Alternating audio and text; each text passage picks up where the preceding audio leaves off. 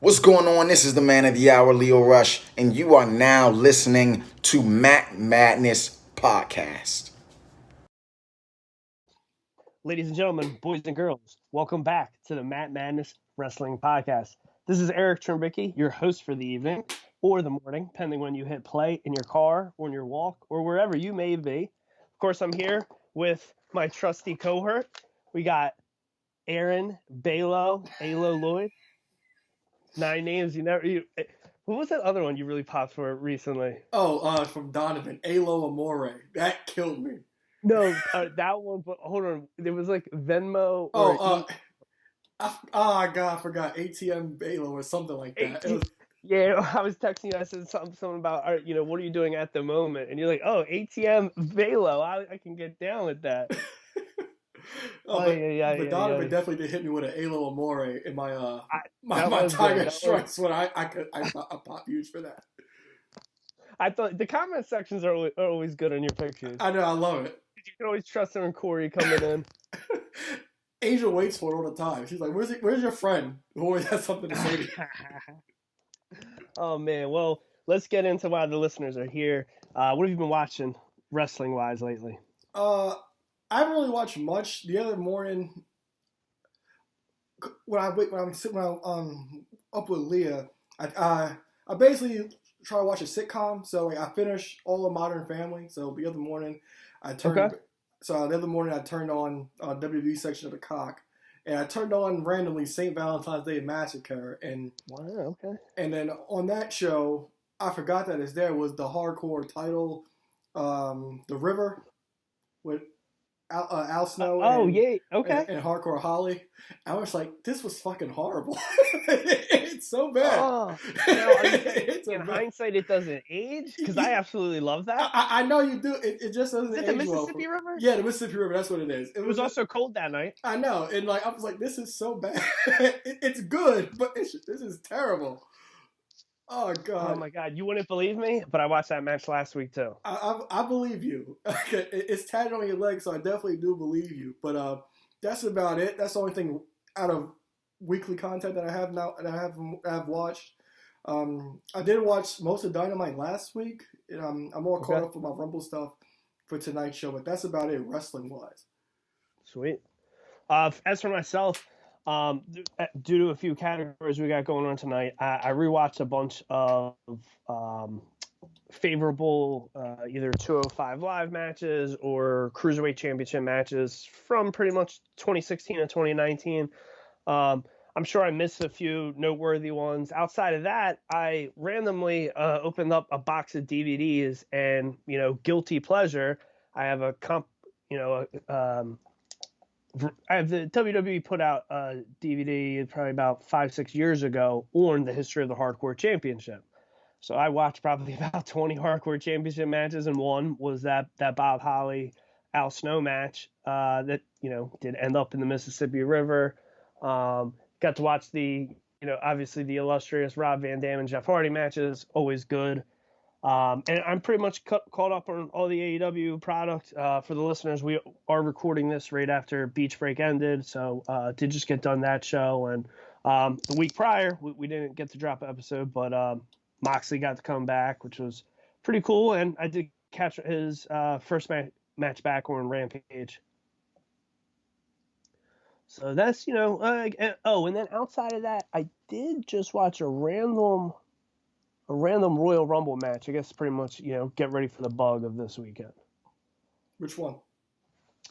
So, you know how it's annoying with the Cock, because I think I had it on play and it ran through and then it ended up going towards the end.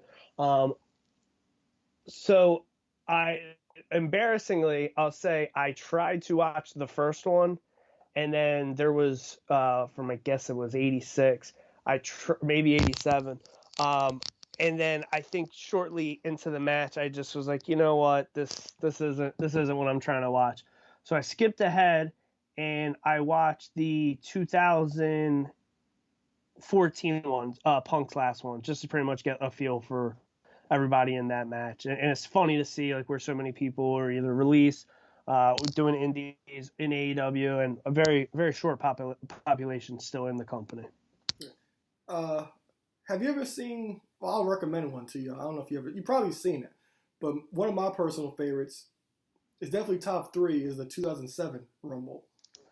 07. So any of those probably from like 04, 05 to 2010. I know I have watched, but I wasn't watching the product at the time. So 07, I definitely have not seen. That's not the one in MSG where Cena comes back, right? No, it's the year before. This is the one where Taker wins.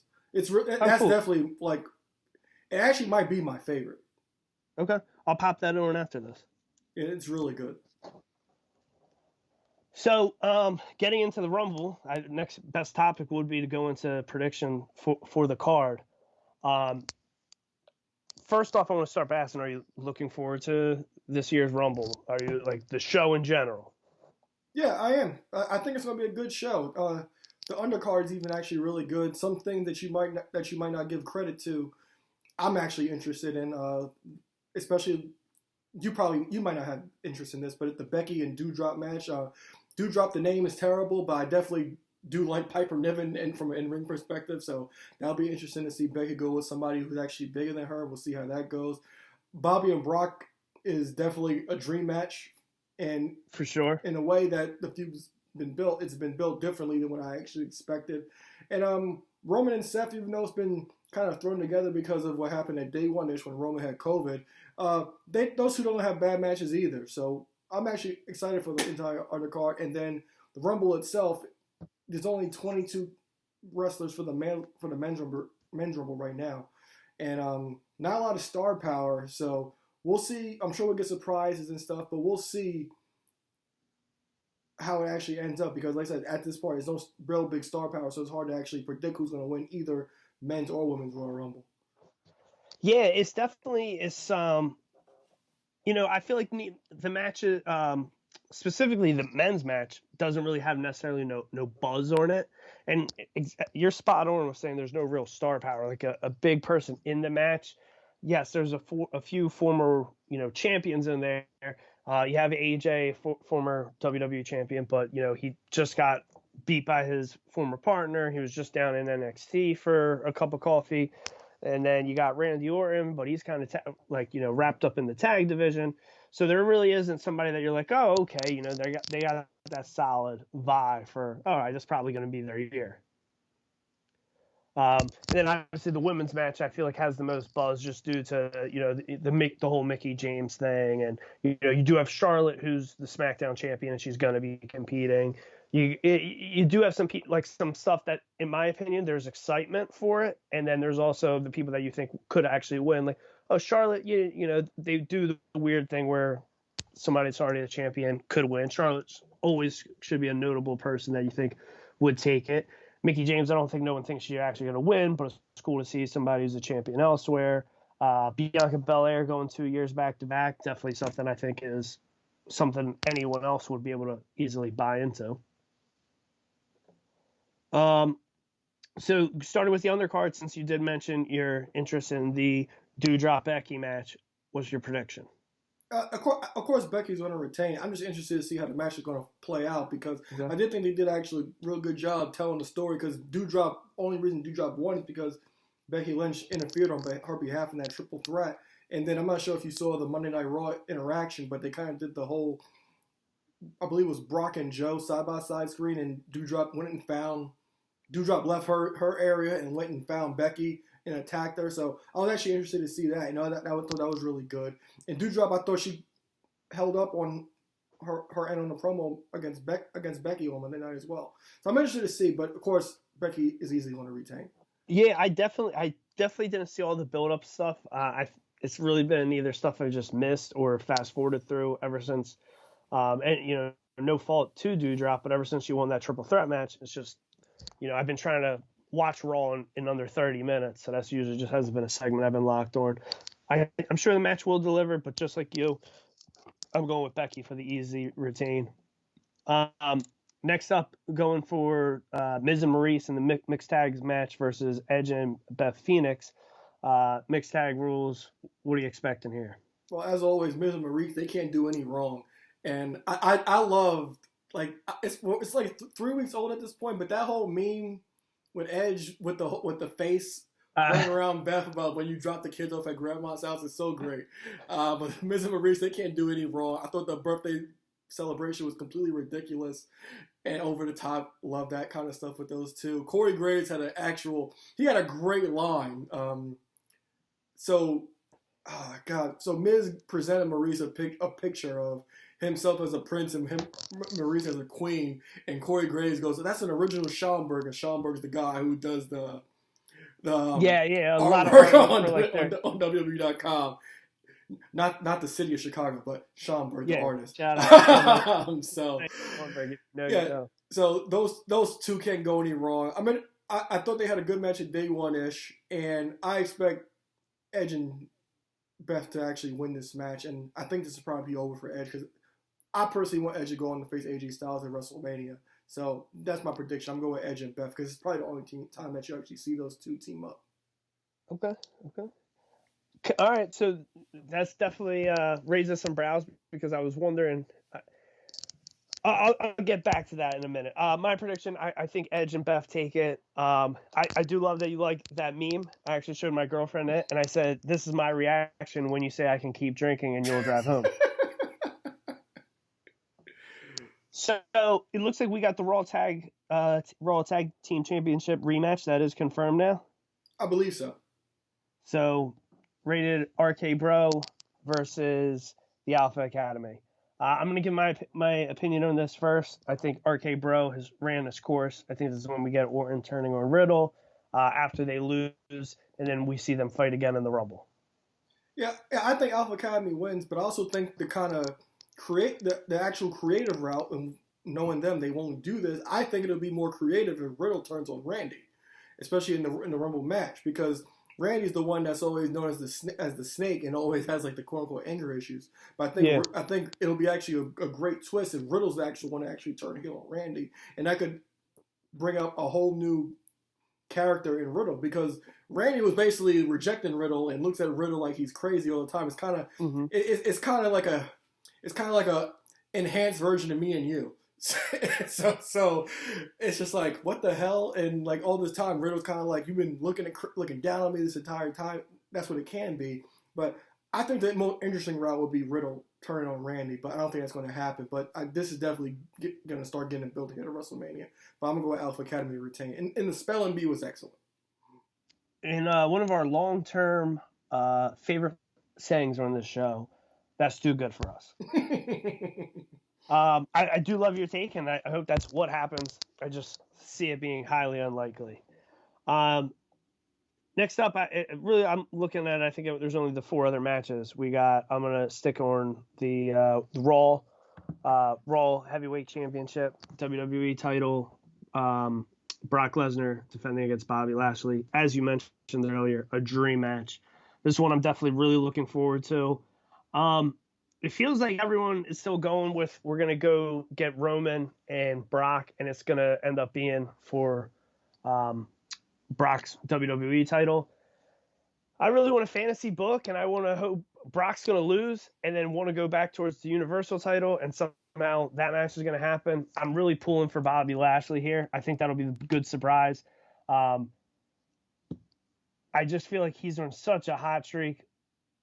You know, why lose? Because if he can't beat Brock, and then Brock's going to lose to Roman, and then, you know, Bobby's beatable, Roman's unbeatable, and it's just going to be, you know, Brock's going to leave in a couple months, and it's going to be like, who'd you make?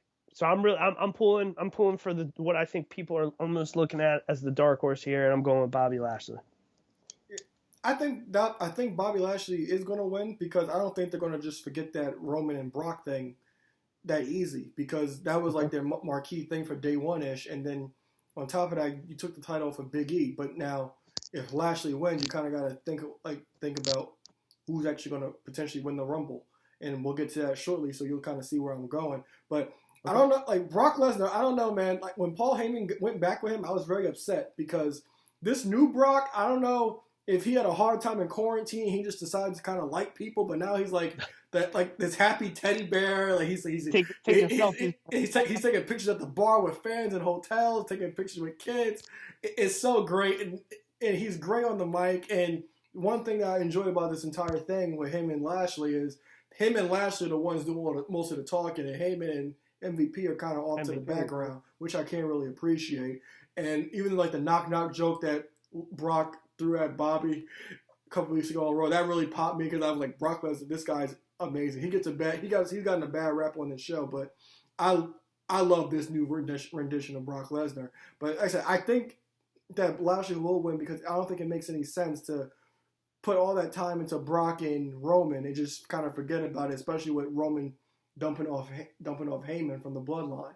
So I think I'm gonna go with Lashley, and we'll see how it goes and how it's going to be and how the match is going to turn out. But of course, I think Roman in the bloodline.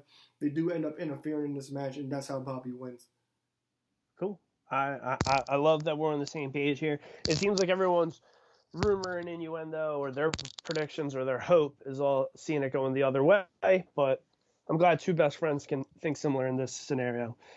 Speaking of big championships, world titles, moving over to SmackDown, Roman Reigns, longest reigning Universal Champion of all time, going against his former tag team champion partner, Seth freaking Rollins. Roman hasn't lost in so long, and just the whole stat that I guess every time they've had a title match, Seth has won. I feel like Roman's got to win this. But again, for some reason, so many people are... again, the predictions I'm reading, it seems like everyone believes, that Universal title is going back to Raw and it's going to be red, but I'm definitely pulling for Roman in this situation. It's almost weird. It's almost like they've been giving him sympathy, like he's almost supposed to be the baby face in this situation, but I don't know, just a little odd.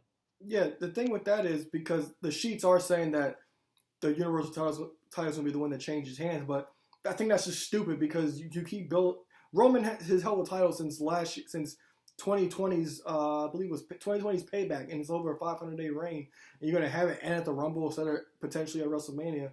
And it's just something to a storyline that's just because Roman had COVID and couldn't go at day one-ish. So I think that's pretty dumb to actually do.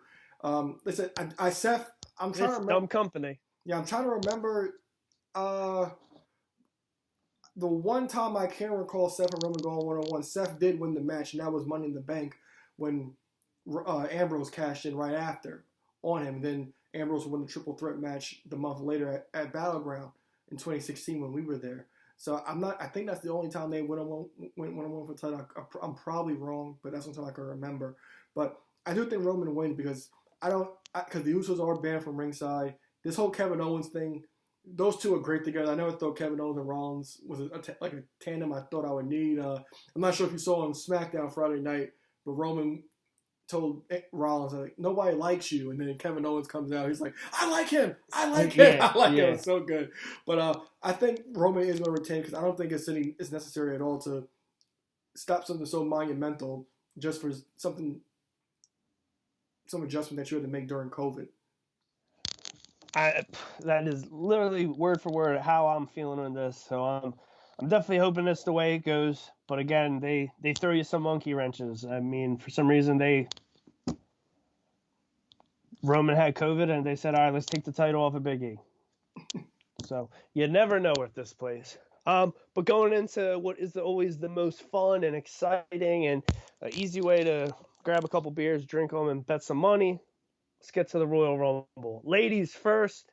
I think we should stick with tradition and go with our prediction and our dark horse for both Rumble matches, but we're going to start with the women's first. Well, Who you got? The women's one is hard because they added so much people from the past. Summer Rae, Michelle McCool. Legends. Legends, yeah. They added so many legends. The Bella twins are back, and now you're hearing the report they're trying to get Ronda to come in. But all my Lita is maybe full-time-ish, kind of. Maybe, but a lot of the ones that I was thinking of winning aren't even advertised. Like, there's still some open spots. I'm not sure how many specifically, but you kind of can't. I know at one point there was at least 21 ladies in the picture. Okay, because I know the men's is 22 exactly. That's been announced. I'm not sure about the women, but I'm pretty sure the women's around that range as well. So I know you can probably, as for surprises, I'm sure you can expect like Io Shirai. Bayley keeps teasing she's back. Because like there's a sheet that came out that she was due to be back soon, and she's kind of teasing it on Instagram and Twitter. Bayley was like my dark horse to win, but she hasn't been announced. Then originally, before she got hurt, Sasha Banks was actually my actual pick. But I know she was supposed to be out for 4 to 6 weeks, and it's close to that time frame. And especially if you do throw Bayley and Sasha Banks in there, it's easy to just have them coming in at 28 to 30, and they can kind of hide for a little bit and actually end up winning the match. But as far as people who are announced to win the Royal Rumble match, it's not really much I can really see. I can definitely see Charlotte being the last one left with whoever's remaining. But from the announced people, it's kind of rough. But I kind of just will go with my gut feeling. I'm going to say Bayley. Bayley, okay. So, and all right. So with that being said, I mean, we all know I love Bayley. I would hope she wins. Again, I don't know if she's really there in the clear. I want Bayley to win. My gut's telling me it's going to be Rhea Ripley, and she gets the pushback she deserves. I'm going to go with, as a dark horse, and the whole, and I don't think Sasha. I really think we get Bayley back as a return. I don't think Sasha is coming back yet, but I'm going to go dark horse. I'm going to go Naomi. Well, that's interesting because I could see her, because with Sonya Deville always messing with her, I could see Naomi actually being number one and Sonya actually possibly eliminating her, giving her a hard time, and that's a continuing storyline. But I'm looking at it right now. I love her getting this storyline in this feud. Yeah, I'm looking at it right now. Yeah, it's a lot. Yeah, this is rough too because, like you said, I do believe Charlotte will be one of the final 4 left. And as far as, like, we have the Legends returning, but the Legends is like the kind of the biggest deal about this, and we haven't really got much about it since. We have seen them on WWE television, but even looking at this match, these people women in the match, it's still kind of rough, and I can't see anybody other than Sasha or Bayley winning this. Yeah, I mean, I think if the rumor that Ronda Rousey's coming back, I mean, if she shows up in the match, you know it's over right there. She's winning. Mm-hmm. I would love something like Io Shirai when you mention her. Oh man, it's crazy. I went to one of your Delaware targets last week, and the thing was cleared out. It was 6 of her basic and 4 of the China WrestleMania Elite. And I'm like, sheesh. And I was like, wow, Io, is she still signed? I was so lost. Yeah, because I do believe we'll see Io, because I kind of think NXT is going to clean out the rest of their old guard. So I'm 99.9% sure we'll see Io. I'm not even 99.9%. I'm 100% sure we'll see Raquel Gonzalez, and I think she'll actually be one of the final four in the match too, and she'll be due for a call up. And Mandy Rose, I think, will actually also be in the Rumble match as well. So, and actually, you know what? I take it back. Naomi is going to keep that storyline going. My dark horse is Liv. I don't think so at this point, because like she got her little push. Yeah, and like I was all in on her push. Like I got her elite figure because I was so excited for her to win the title.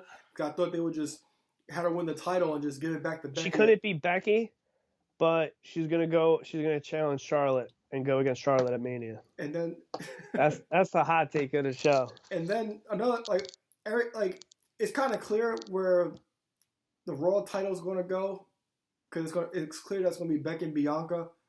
And I don't think it's a good idea for Bianca to win twice. I really don't. Even though she's kind of stayed away since losing the championship, I don't think it's a really good idea for her to win 2 years in a row.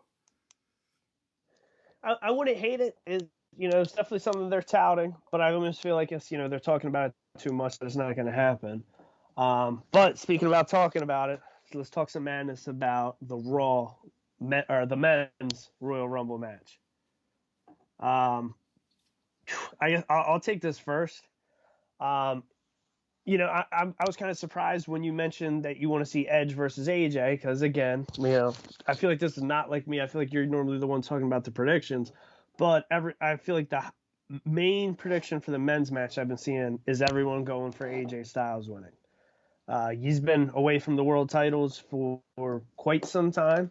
He's done a couple favors recently. It's probably his due time. I don't necessarily see him winning, but I wouldn't put it past them at all. And you know, it's not like you actually know that whoever is gonna win it is actually gonna win the title. I'm gonna go with my prediction is gonna be Big E, with my dark horse being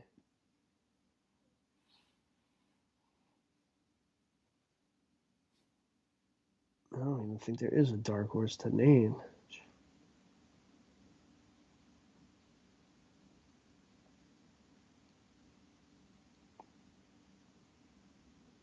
Yeah, I feel like I'm taking the easy route if I say AJ.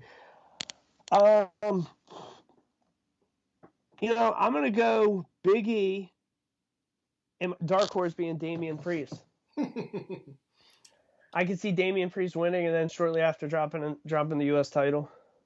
Yes. So for me, I'm glad you brought up that AJ thing because he actually did cross my mind because he hasn't really had a great Rumble outing since his debut in 2016. So he did cross my mind.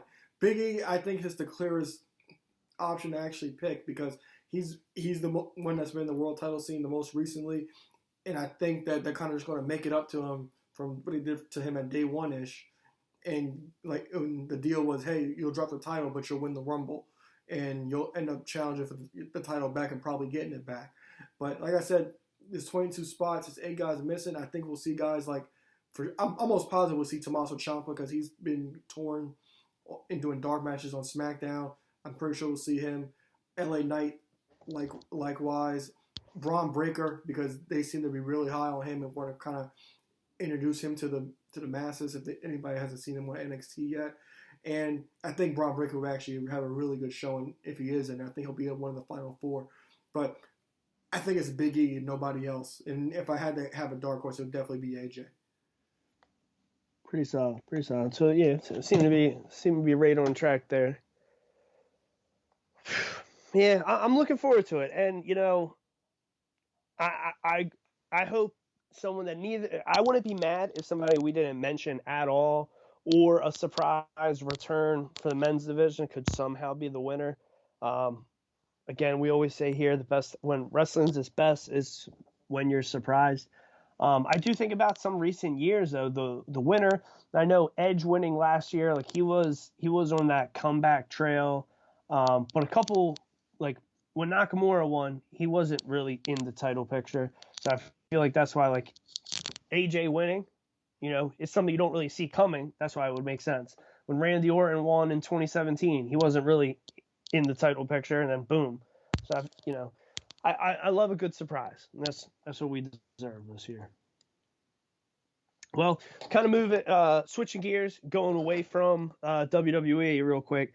I'm not sure if you watched Dynamite or maybe you at least saw the promo, but did you see Mox's return? What was your thoughts? Oh, I did see it, and I was like, I didn't recognize him for a second. I'm like, who the hell is this? He looked great. He looked great. He got himself together, and Bully Ray's getting a lot of heat talking about Moxley, but I thought he cut a good promo, was real passionate, and you could tell he's actually in a better place, and I'm happy that he's actually back. I'm not the biggest Moxley guy, but it's always something good to actually watch somebody kind of conquer their demons, and I'm glad he's back. And he was at GCW this past weekend. I'm not sure. I don't know what he did it on this week's episode of Dynamite, but he was not on Dynamite. Okay, well, did I see Bryan Danielson kind of like he had a stare off with Bryan Danielson on Rampage or something like that? Basically, he had about 3 matches in like a 4-day time span. I guess this was one of the rare occasions. I think he was either the second or third time they've done it where Rampage. I don't think Rampage was filmed after Dynamite last week. So he came out. He had his promo. He had his heckler in the crowd. He left.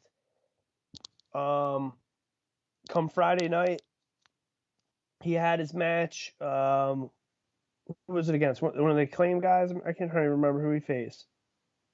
He had his match. He won. He went over.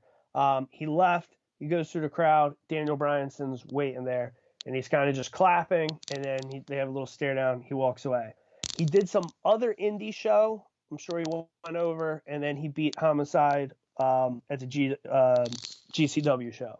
So 3 matches, almost back to back. I think it was Friday, Saturday, Sunday. He had matches. So he's active. He does look in great shape. I'll tell you what, you just mentioned you not being a big Mox guy. He looked so good. Now, this is my birthday week. So, yes, I am having a cold beverage on the show per normal. I'm going to be doing plenty of drinking this week. But that man looks so good after 3 months of not drinking. I know I can't go 3 months of not drinking, but I'm about to do 3 months after my birthday of deeply reduced drinking. Deeply reduced drinking. Because I can't, literally, I knew he was going to look better. I knew something, but I can't believe, like, his hair color is different. Yeah, I was going to say, like that was one thing. I was like, I don't know, like did he get a hairline back or something? Like, what is going on? He's not going Hollywood and getting, like, a hair transplant. Like, that's just often putting the bottle down a little bit. Why you have it up?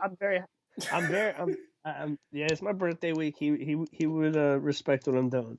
But I'm happy he's back. I'm happy he looks good. He's doing the right thing, and I'm happy he's back in the ring. 3 months later, and he's out here doing the right thing. So good for Mox. Can't wait to see him back at the top of the card where he belongs. So Mox, what's it called? I'm trying to think. I think he's got a Rampage match coming up. Other thing I really wanted to go over. Have you been watching anything with the NXT 2.0? What is your thoughts on the brand? Are you open to it? Are you kind of removed from it? Are you enjoying what you're seeing? Well, I'm open to it. As always, like the way I take my wrestling now, I kind of pick and choose what I watch. But there are people that I always gravitate to. Like I do like Braun Breaker. I love Toxic Attraction. I think they fit really well together. I was a fan of Raquel Gonzalez, but she's kind of on her way out. Cora Jade seems to be the new flavor in NXT 2.0. They really seem to be high on her. She had a great showing in the War Games match a few months ago. And you already know I like Cameron Grimes, even though you can't believe it. Carmelo Hayes and Trick Williams, I love them as a combination. I think Carmelo Hayes is money, so whenever he comes into the main roster, I think he'll be a big deal. I won't be shocked if you actually see him in the Rumble either. But I'm definitely open to NXT 2.0. There's a lot of guys that I'm still not quite high on yet. Maybe I just have to give them the chance. But the thing with wrestling is, I don't think it's not even just wrestling. Just in general, people don't like new and different. It's hard to accept it. I'm definitely guilty of that. It's hard to accept new and different. And I try to beat that as much as I can and give everything a chance. If I like it, I like it. If I don't, I don't. But I'm still going to love the actual genre that it actually is. But Carmelo Hayes, Braun Breaker, Toxic Attraction, and Cora Jade, definitely enjoying those people from NXT 2.0. And also Gunther or however they're pronouncing it.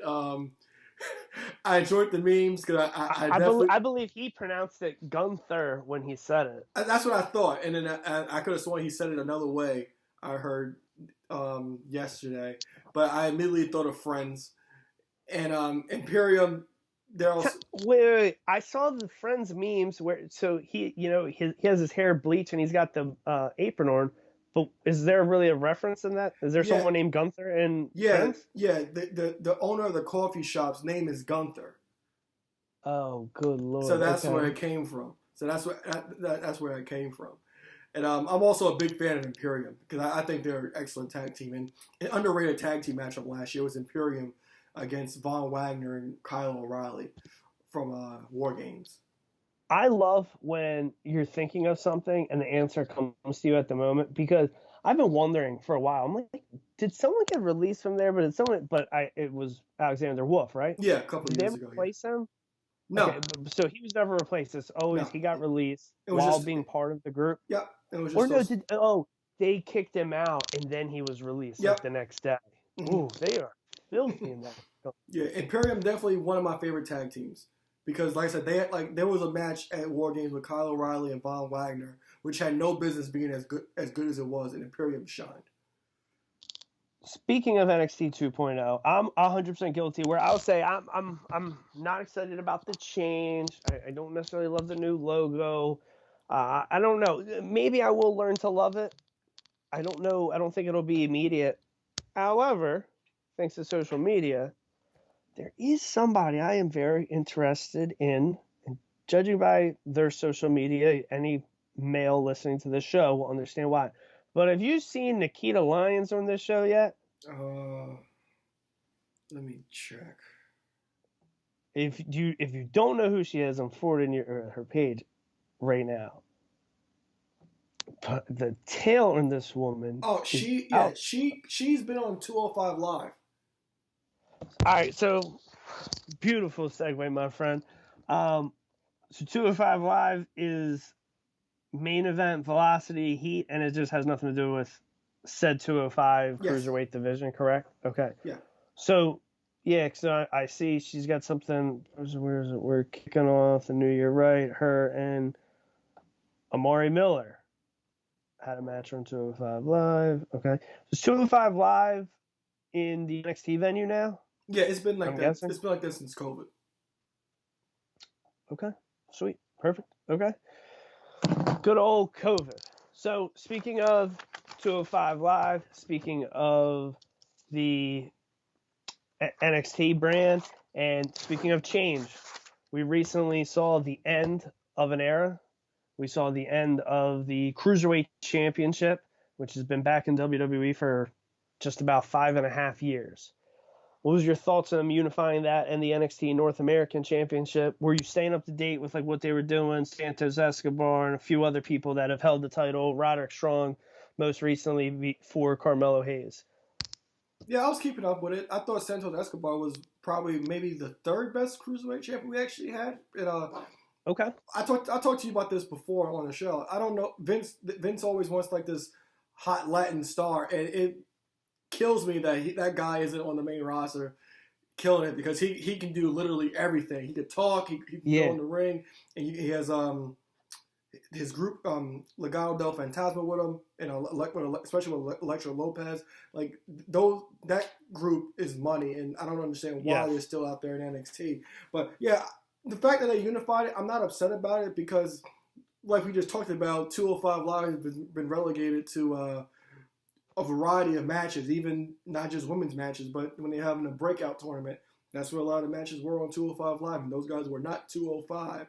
And when Tony Nese got released, he made a couple of comments. It's kind of when he went to AEW, wrestling on Dark, saying it's kind of nice not wrestling the same guy every week.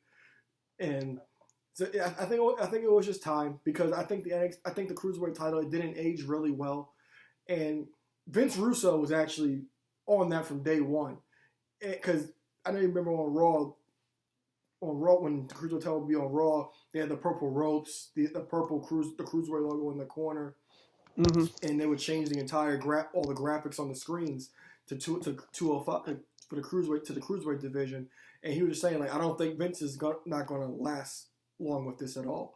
He's not. It's just not his thing. I know him, and we'll talk about that in a second. But you can kind of gradually see it kind of drop. Remember when the third hour of Raw, the lights... that was terrible. Everything got darker. Raw dark, and then it was Raw Underground. Oh, it was terrible. R.I.P. to Raw Underground. I miss you. It was so bad. But yeah, the Cruiserweight division... Raw Underground was a hit. COVID killed that. Yeah, as much as I love... Shout out to Omos before he was Omos. Yeah, as much as I love Roderick Strong, the Cruiserweight title, at that point when he had it, it basically became nothing. They tried to use Kushida with it, but it just lost a lot of its luster. Yeah, I'll give, and I'll tell you what, when you touted for Santos Escobar, saying, how good he was, and me, one, not trying to like something new, also me not liking him because he looks like a coworker of mine,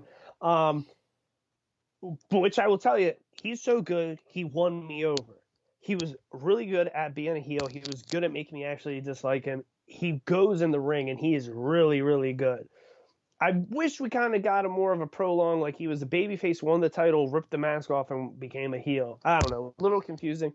When I, over the last week and a half, when I was revisiting some of these better Cruiserweight Championship matches, a lot of matches that happened in NXT, I never saw.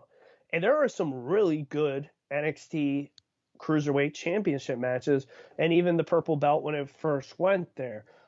We'll get to those in a few moments, but I think for what we had over those last 2 years, I think I think it had a good last 2 years.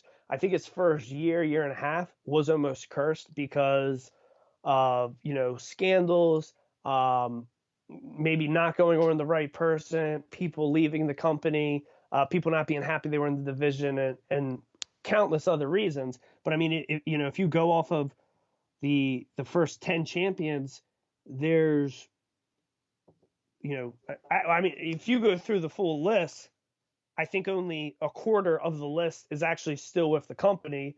But off the first 10, I think there's only 2 or 3 guys still with the company. So it definitely was cursed.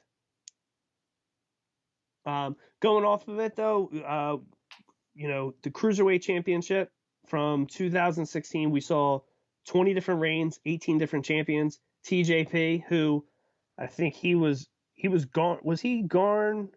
How long did he stay after with the company? When he got all the tattoos, he was out of WWE, right? Yeah, he was there for like 3 years. Okay. So he lost the title to Brian Kendrick, and then you never really saw him anywhere close back to the title. It's not like he was challenging 6 months later when Enzo was the champion, or he wasn't facing Neville for the title. TJP, who didn't really last. Brian Kendrick, who is still with the company, but I believe strictly in a producer role. Somebody said he was on TV recently. He was recently. For a match, or was it I believe it was a match. I remember I saw a graphic, and then there was a report that came out that he's been asking for his release for months and still hasn't gotten it. So Brian Kendrick, I hope the best for him. Hope he gets happy. Hope he gets his release and what he deserves. Number 3, who you mentioned earlier, saying that Santos Escobar is in the top 3 of what you would say best Cruiserweight champions. I'm not necessarily sure where I'm going to say my order is on him, because I actually did want to mention your top 3 favorite Cruiserweight champions, but in my top 3 is definitely Rich Swann. Really? I thought he was, again, the reign wasn't as long as it should have been, but he's also somebody that got released because of some issues he had at home. However, he was very fun. He had a fun entrance, and his matches, they delivered. I thought whether it was on 205 Live, I thought he was someone that made it worth people staying. I thought he was great in the Cruiserweight Classic. So Rich Swann, definitely up there as one of the more memorable ones. And actually, if you go through the list of 18 champions, technically 17 out of 18 got him a title figure, and Rich Swann is probably one of the best figures. I don't own that one. I have most of them from this list. After Rich Swann, we got Neville, now known as Pac in AEW, and he's got to be, over that first 2 years, he's got to be the best Cruiserweight champion that they had. The entire duration, he's the best Cruiserweight champion they've had. Heel Neville is underrated, and it's one of those things. You sold his Elite, right? I did.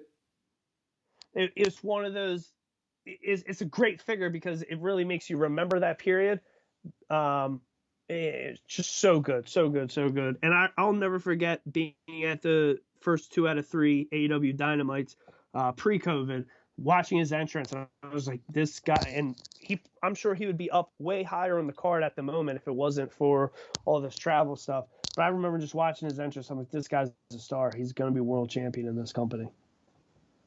After Neville, we have Akira Tazawa, the second person on this list that is still with the company, still involved in the 24/7 gimmick.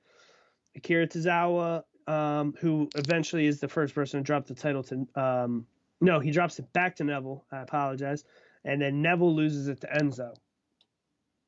Enzo has the title. He drops it to Kalisto, who, again, is no longer with the company, released during all this COVID nonsense. Kalisto loses it back to Enzo. Enzo gets into Act 2 Fly lifestyle, drops the title. He's dropped from the company. Title becomes vacant. After it, we got the third and then except for the 205 Lives guys, he's pretty much the final guy of the purple belt that is still with the company. We have Cedric Alexander. Cedric Alexander, who him and Buddy Murphy took up the majority of 2018 as Cruiserweight Champion. A lot of great matches and a lot of great memories also in the Cruiserweight Classic. I mean, I think we all remember him getting the contract offer from Triple H after he was eliminated. Obviously, I know he's a heel at the moment, but he was a terrific babyface. Basically, shooting through the list after this, we got Buddy Murphy, who, again, no longer with the company. He's in New Japan now. Goes to Tony Nese, who's now doing independent bookings, and he's with AEW. Tony Nese drops into Drew Gulak. I guess I was wrong on my count. Drew Gulak, who's still with the company, but nobody would remember that. After Drew Gulak, we got Lio Rush. Lio Rush is the only person on this list that does not have a Mattel figure. Lio Rush's matches were really good. Well, that's an era you missed because this is when Dynamite started. So, okay. So this is not the COVID era. No, this is 2019. This is end of 2019. Because I believe it was the first or second week NXT went live on USA that he won the title. And this was right when Dynamite was just about to debut. Okay, I'm remembering because of the stage then. You're right. Now, I did watch, and his match when he drops the title to Angel Garza is phenomenal. Mm-hmm. And I know Garza goes over, but Lio is the star of this match. Mm-hmm. Now, I want to say this was COVID era, but it probably wasn't because it had a crowd. That match awesome as well. Maybe Angel Garza's best match, and Lio Rush probably gets a large portion of the credit for that. Angel Garza, he doesn't really do much for me on the main roster, and he didn't do much for me as a Cruiserweight champion. He eventually drops the title to Jordan Devlin right before lockdown. He drops it in January in a Worlds Collide, mixing NXT UK, 205, and NXT together. Jordan Devlin, then there's the issue with travel. The lockdown happens. They come up with an interim champion in early 2020, March of 20. See, this is another weird thing. So they announce a tournament. Tournament comes about. All right, so that's when we get Santos Escobar, previously El Hijo de Fantasma. He wins the title. And this is the third and final tournament for the title. We had the original Cruiserweight Classic. TJP wins the title. There was another tournament, which was another thing that probably really killed the championship. It was over 3 months to decide who was going to win the vacant title. Enzo drops it in January. The kickoff at Mania, which I believe that's when we were there in New Orleans. Yeah, so like you just said it right there, like that was like the drop off because you guys can go back in the archives and listen to the interview with TJP. I specifically asked him about Enzo. Like, what was the deal with Enzo? Vince put Enzo in the Cruiserweight division to kind of up the interest in 205. But like you just said, Enzo goes out. So the Cruiserweight title was all over Raw because Enzo was all over Raw no matter what. Yes. But the Cruiserweight Championship, after Enzo left, that's when the decline stopped. That's when you started seeing less featured on Raw. And you haven't said this yet, but 205 Live, the show, even though you actually didn't really possibly care about what was going on, like with the characters, but they did have character development. The matches delivered. The matches, yes, like true. You would see on Twitter, everybody talking about, oh my God, this match on 205 Live, and it's been deemed probably the best wrestling from 2017, of that entire year, 2017 and 2018, because I already know some crazy street fights. Yeah, I know. I believe was it. It was I forgot. It was Tazawa and Kendrick. Okay, that's what it was. Where that match I'm referring to. But then even the Mania. Kendrick was trying to turn him heel, and it was a secondary storyline. Yeah, and then you talked about the tournament. And then we were there for the Cedric and Ali final at 205 at WrestleMania, and that match was great. And like 2018, also for 205 Live was really great. Then we got Buddy Murphy, and then after that, the title just kind of got faded out because it was off Raw. It was specifically on 205 Live, so the interest kind of dwelled for the entire division, and that's when the writing was kind of on the wall for it. And then they put it in NXT, which the title should have stayed in NXT to begin with, and it kind of had a new life, but it still didn't get the legs that it once had when the initial start in 2017. Also, Neville and Austin Aries, amazing. Oh, see, so I my notes in my sheet for this segment, because I'm a mark for championships, is insane. So going through that list of people, so when you got all this stuff going on, there was the original tournament, the Cruiserweight Classic. TJP wins, he gets the belt, and then there's all this stuff going on. There's people getting released left and right. You get Rich Swann released, Enzo released while he's the champion. Then they have the tournament, and then Austin Aries, or no, I guess that was the year before. Austin Aries, who we all thought should have won the belt, would have won the belt, had those great matches with Neville, and then he leaves the company. So that was another person, like, people were so high on him. Fans were high on him while he was with the company, and then he's gone. He was another person that it was just kind of like a shocker, like, damn, you didn't even, his WWE run is so forgettable, but he was, he had his NXT thing, he did a commentary, and then he just jobbed out in the Cruiserweight division.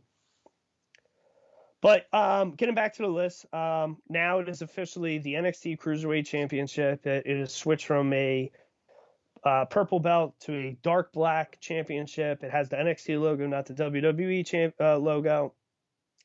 You got Santos Escobar as the champion. Then we are going to have him in. Again, we're recording this after beach break. Cody just lost the championship. The interim TNT champion is now fully Sammy Guevara. We have interim NXT Cruiserweight champion Santos Escobar against Jordan Devlin, who was still defending the title in the UK. Another match that really delivered. This was one of the first matches that I was like, all right, I think I like this Santos Escobar guy. I thought it was so cool to see the Cruiserweight Championship of all belts being defended in a ladder match. I mean, there are still many championships in WWE that have never been defended in a ladder match. And you got this belt that was only there for 5.5 years, and it got defended in a ladder match on NXT. I thought it was awesome. Title was unified there to come up with an undisputed champion. Santos Escobar eventually drops it to Kushida. Kushida drops it to Roderick Strong. I definitely thought Kushida was going to have a longer reign. I'm a fan of Roderick Strong. He begins this new faction. Thought he was going to do something with it to help elevate it, make it more relevant. But then he starts defending it against people that are outside of the Cruiserweight division, and then you could kind of tell Doomsday is coming. So we have January 4th of this year. It gets unified with the North American Championship. It has a 5.5-year run, and it is no more. I guess my big question for you, what do you think is the history over the Cruiserweight Championship in WWE for a second run? Is it something that is going to be completely forgettable? Is it going to be something remembered back fondly? Well, if you care about in-ring work, I think it'll be remembered fondly. But to the masses, I think it'll be pretty much forgettable. I think the Cruiserweight Classic as a tournament itself will be remembered because it was the first tournament the network did, and it was Daniel Bryan on commentary. Yeah, Daniel Bryan on commentary was awesome, and then you had all those excellent matches. Ciampa and Gargano being one of the standouts because I remember Mauro Ranallo talking about, like, oh my God, these guys are tag team partners, so they basically killed themselves in that match. That was. I think out of anything, out of this Cruiserweight stuff, I think the CWC will probably be the most memorable thing because, like I said, 205 Live from 2017 to 2018 was renowned as the best wrestling, like from an in-ring perspective, show out there. and the purists will always remember that. Prep would talk about it on the show often. Oh yeah, he would. So I think that's how we remember the CWC. Probably the most remembered thing, but for the from an in-ring perspective, and for the in-ring purists, it'd be the 205 Live from 2017 and 2018. So I know me specifically, I know I did not watch it regularly, but there would be oftentimes I'd see either on Instagram or Twitter something about a certain match. I'd go back and watch it. I don't know how many times Prep would be in one of the group texts or on the show. You got to watch this match and go back and watch it. I think when it got some type of notoriety and it would be featured on a show, whether it be Raw or NXT, or more times than none, pay-per-view pre-shows, the matches were always good. I don't know if the championship was ever defended once, or definitely I don't think it was ever more than once on an actual pay-per-view main card, which is a shame. A few times on a main card? Mm-hmm. You think so? Yeah, because I remember specifically when Neville first turned heel, that was on the main card. I know that. Okay. I know, and I was pissed about this, but Neville and Aries had the best match at WrestleMania 33, but it was on the pre-show. But yeah, so the title was it was defended on the main card a few times. I know when TJP first defended the title, his first title defense was on the main card as well. Not a lot of main card title defenses, but it was on the card. And it looks like everything's really about that first year. Yeah. But I mean, like we just said, where you knew it was dead in the water. Enzo, the focal point of the division, he gets released. So we're going to go from January 23rd, he's released. On my birthday, January 30th, they announce, okay, I think this also was Drake Maverick's debut. He's the GM of 5 Live. And, hey, there's going to be a tournament. So for my birthday, they're saying, okay, January, we're going to announce this tournament. And in April, that's when it's going to end. So you prolong it. Oh, and not only that's when it's going to, well, let's take 2.5 months. And then when this tournament's over, it's going to be over on a pre-show. Yeah. A really nice little spit in the face for it. I think in hindsight, the full division, the ring work, the champions, the ones that held it, I think it will be remembered fondly. I think it was both versions were decent looking belts. I don't know. Definitely not today, tomorrow, this year, the next year or two. I don't think it's going to look. It's definitely not going to be a comparison to the way people fondly look at WCW's Cruiserweight division. But I know, obviously they did much better, I think, this run than WWE did in the early 2000s with the Cruiserweight division, their first go round. And then they obviously triumphant over this compared to their 1990s light heavyweight division. Yeah, I think the matches compare to the WCW matches, but the interest just wasn't there. For sure. So I believe that wraps it up for the week. So hopefully I see you this weekend and we watch the Rumble together. We'll return next week with our review for the 2022 Royal Rumble. Got any other things for our listeners at home? Nope. Just make sure to hit that like button and hit that subscribe button, and Ringside Collectibles, use promo code MMAN to save 10%. Awesome. We'll see you next week.